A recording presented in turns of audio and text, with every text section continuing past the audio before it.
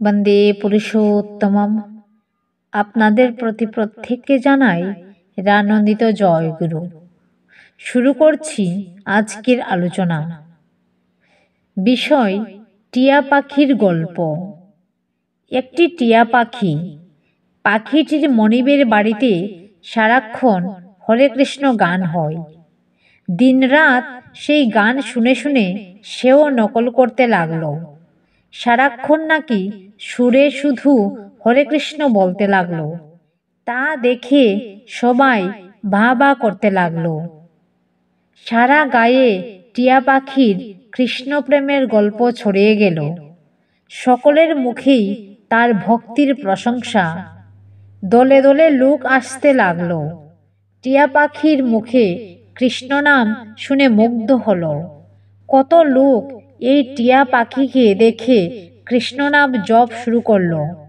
মনিবের বাড়ির বিড়ালটির লোভ ছিল এই টিয়া পাখির মাংসের উপর। সুযোগ পেয়ে একদিন খপাত করে খামর বসালো পাখিটির ঘাড়ে। টিয়া পাখি ভয়ে ব্যথায় টে টে করে আর্তনাদ করে উঠল। সবাই চিৎকার করে বলতে লাগলো, টিয়া হরে কৃষ্ণ বল, কৃষ্ণ কৃষ্ণ বল। কিন্তু টিয়া শুধু টে টে করতে লাগলো। কৃষ্ণ নাম আর মুখে আসছে না। আমাদের অবস্থাও প্রায়শই এই টিয়া পাখির মতো হয়। খুব ঠাকুর ঠাকুর করছি, মাইক হাতে গভীর তথ্যকথা বলছি, কেঁদে কেটে চোখের জলে বুক ভাসিয়ে ভক্তির বন্যা বয়ে দিচ্ছি, খুব ভাষণ দিচ্ছি, ফেসবুকে সুন্দর রচনা লিখছি। সবাই দেখছে আমি কত বড় ভক্ত, কত বিশাল জ্ঞানী আমি। কিন্তু যেইমাত্র ঘাড়ে প্রবৃত্তির থাবা পড়ল, নিজের কোনো স্বার্থ প্রতিষ্ঠায় বা আত্মপ্রতিষ্ঠায় আঘাত পড়ল, পদ বা ক্ষমতা চলে গেল, নিজের কঠিন অহং আহত হলো, নিজের সুপ্ত মনস্কামনা পূরণে বাধা পেল, তখন মুহূর্তে ঈশ্বর প্রেম চলে গিয়ে নিজের ভিতরের সুপ্ত শয়তানটা হুড়মুড়িয়ে বেরিয়ে পড়ে। প্রেম ভক্তি নিমেষে পালিয়ে যায়।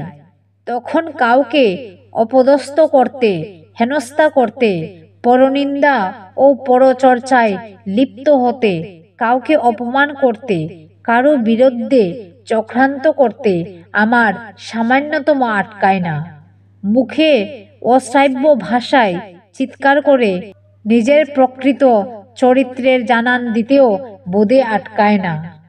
তখন আর ঠাকুরের কথা মনে থাকে না, আমার প্রভুকেও স্মরণে থাকে না। শ্রী শ্রী আচার্যদেব বলেন, কেউ হয়তো আমার সাথে বাজে ব্যবহার করলো, খারাপ কথা বলল, তখন ভাবতে হয় আমার জায়গায় ঠাকুর থাকলে এই মুহূর্তে তিনি কেমন প্রতিক্রিয়া দিতেন, কেমন হতো তার আচরণ। তখন নিজেকে সংযত করে ঠাকুরের মতো আচরণ করার অভ্যাস করতে হয়। এইভাবে নিয়ত অভ্যাস করতে করতেই ঠাকুরত্ব জাগে।